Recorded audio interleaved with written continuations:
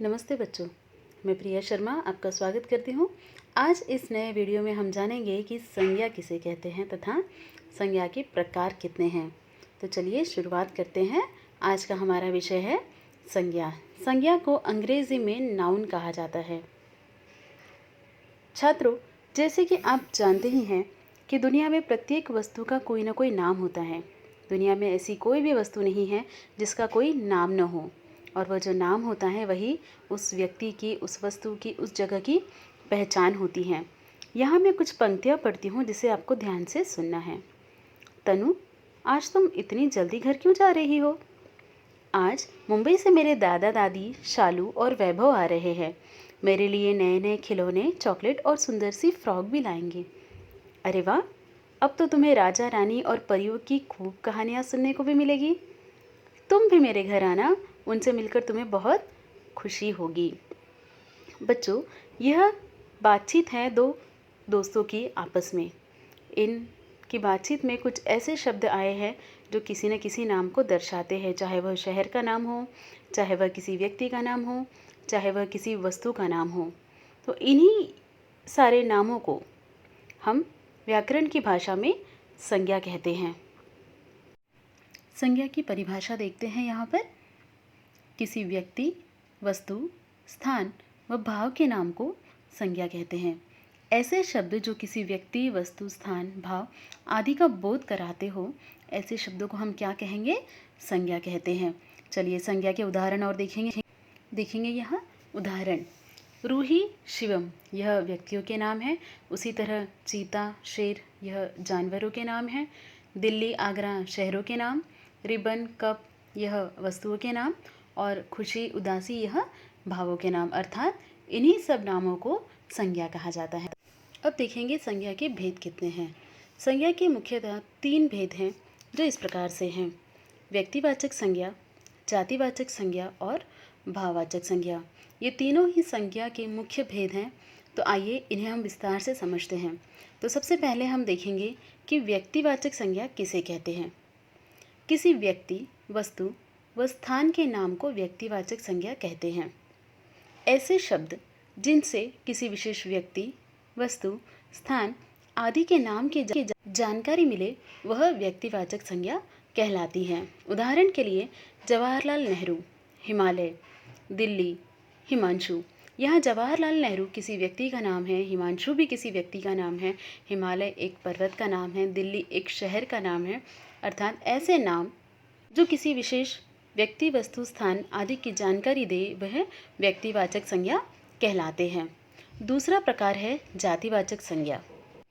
जिस संज्ञा शब्द से किसी प्राणी, वस्तु व स्थान की संपूर्ण जाति का बोध होता है, उसे जातिवाचक संज्ञा कहते हैं। व्यक्तिवाचक संज्ञा में केवल किसी विशेष व्यक्ति, वस्तु या स्थान का बोध होता है, परंतु जातिवाचक संज्ञा में उनकी संपूर्ण जाति का बोध होता है। ऐसे शब्द जातिवाचक संज्ञा के अंतर्गत आते हैं। उदाहरण पर्वत, नदी, नारी, अध्यापक, बालक आदि। जैसे हमने देखा, हिमालय एक पर्वत है जो व्यक्तिवाचक संज्ञा में आता है, लेकिन पर्वतों के सारे नाम जातिवाचक संज्ञा के अंतर्गत आते हैं। नदी एक जातिवाचक संज्ञा है, परंतु यदि हम उसे गंगा नदी कहेंगे तो वह व्यक्तिवाचक संज्ञा के अंतर्गत आएगी। तीसरा प्रकार है भाववाचक संज्ञा। जो शब्द किसी व्यक्ति, वस्तु, स्थान के गुण, दोष, दशा आदि का बोध कराते हैं, वे भाववाचक संज्ञा कहलाते हैं। यहाँ न तो किसी व्यक्ति का नाम, न किसी जाति का नाम स्पष्ट होता है, बल्कि यहाँ पर एक भाव का स्पष्टीकरण होता है, जैसे बचपन, बुढ़ापा, वीरता, खुशी आदि। ये सभी भाव है जो न दिखाई नहीं देते हैं, परंतु यह सब महसूस किए जाते हैं। अर्थात ये भाववाचक संज्ञा के अंतर्गत आते हैं। व्यक्तिवाचक संज्ञा के अन्य उदाहरण देखेंगे। अशोक एक महान राजा थे। मेरी दादी आगरा में रहती हैं। वरुण अच्छा लड़का है। यहाँ अशोक, आगरा और वरुण एक व्यक्तिवाचक संज्ञा है। इसी तरह से जातिवाचक संज्ञा के अन्य उदाहरण हम यहाँ पर देखेंगे। जातिवाचक संज्ञा। कुत्ता वफादार जानवर है। यहाँ पर कुत्ता जो है एक जाति का बोध करवा रहा है। वही भारत हमारा देश है। देश शब्द जातिवाचक संज्ञा के अंतर्गत आता है। बच्चे चिड़ियाघर में घूम रहे हैं। यहाँ पर बच्चे जातिवाचक संज्ञा के अंतर्गत आते हैं। तीसरा प्रकार है भाववाचक संज्ञा के अन्य उदाहरण हम यहाँ पर देखेंगे।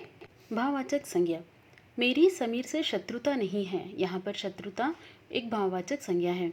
हरियाली देखकर अच्छा लगता है, हरियाली एक भाववाचक संज्ञा है। ठीक उसी तरह टीनू और मीनू में गहरी दोस्ती है। यहाँ पर दोस्ती शब्द जो है वह एक भाववाचक संज्ञा है। अब हम देखेंगे कि किस तरह जातिवाचक संज्ञा शब्दों द्वारा भाववाचक संज्ञा शब्द की रचना की जाती है। उदाहरण, लड़का लड़कपन, बूढ़ा बुढ़ापा, बच्चा बचपन, पुरुष पुरुषत्व, नारी नारीत्व, शिशु शैशव, मनुष्य मनुष्यता। ये कुछ जातिवाचक शब्द जिनके द्वारा भाववाचक संज्ञा की रचना की जाती है। ऐसे ही कुछ अन्य शब्द और हैं जो हम आगे देखेंगे। सर्वनाम द्वारा अपना अपनापन या अपनत्व, पराया परायापन, अहम अहंकार, मम ममता या ममत्व, स्व स्वत्व। तो यह थे सर्वनाम द्वारा भाववाचक संज्ञा शब्द। अब हम देखेंगे विशेषण शब्दों द्वारा भाववाचक संज्ञा की संरचना कैसे की जाती है। कुछ विशेषण शब्द यहाँ दिए हुए हैं, उनको हम ध्यान से पढ़ेंगे तथा उनके द्वारा भाववाचक संज्ञा कैसे बनाई जाती है यह हम देखेंगे। ऊंचा ऊंचाई, चौड़ा चौड़ाई, गोल गोलाई, भूखा भूख, गंभीर गंभीरता, बड़ा बड़प्पन। यह सारे शब्द विशेषण शब्द हैं जिनके द्वारा भाववाचक संज्ञा शब्दों की संरचना की गई है। आगे क्रिया शब्दों द्वारा या क्रिया द्वारा पढ़ना पढ़ाई, हंसना हंसी, चलना चाल, देना दान, लिखना लिखाई, रोना रुलाई, उड़ना उड़ान। तो यह थे कुछ संज्ञा शब्दों की संरचना, भाववाचक संज्ञा शब्दों की संरचना क्रिया विशेषण तथा सर्वनाम शब्दों द्वारा। अब हम देखेंगे संज्ञा के अन्य दो प्रकार। संज्ञा के अन्य भेद, द्रव्यवाचक संज्ञा तथा समुदायवाचक संज्ञा। हमने संज्ञा के मुख्यतः 3 भेद देखे हैं, यह अन्य 2 भेद हैं। कुछ विद्वान इसे भी भेद मानते हैं। तो सबसे पहले हम देखेंगे द्रव्यवाचक संज्ञा। जिन संज्ञा शब्दों से किसी द्रव्य पदार्थ धातु आदि का बोध होता हो वह द्रव्यवाचक संज्ञा कहलाते हैं। जैसे लड़का पानी पी रहा है, पानी एक प्रकार का द्रव्य है, एक लिक्विड है। यह चांदी का चम्मच है और चांदी सोना यह सब एक धातु के रूप में आते हैं। अर्थात ऐसे शब्द जो किसी द्रव्य पदार्थ या धातु का बोध कराते हैं वह द्रव्यवाचक संज्ञा के अंतर्गत आते हैं। दूसरा प्रकार है समुदायवाचक संज्ञा।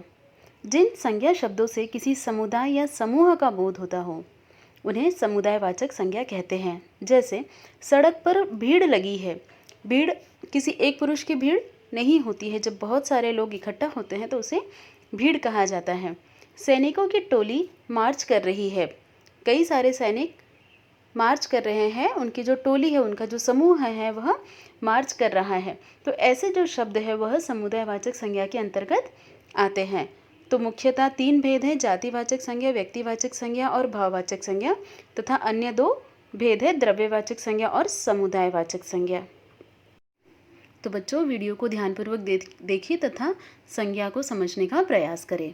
धन्यवाद।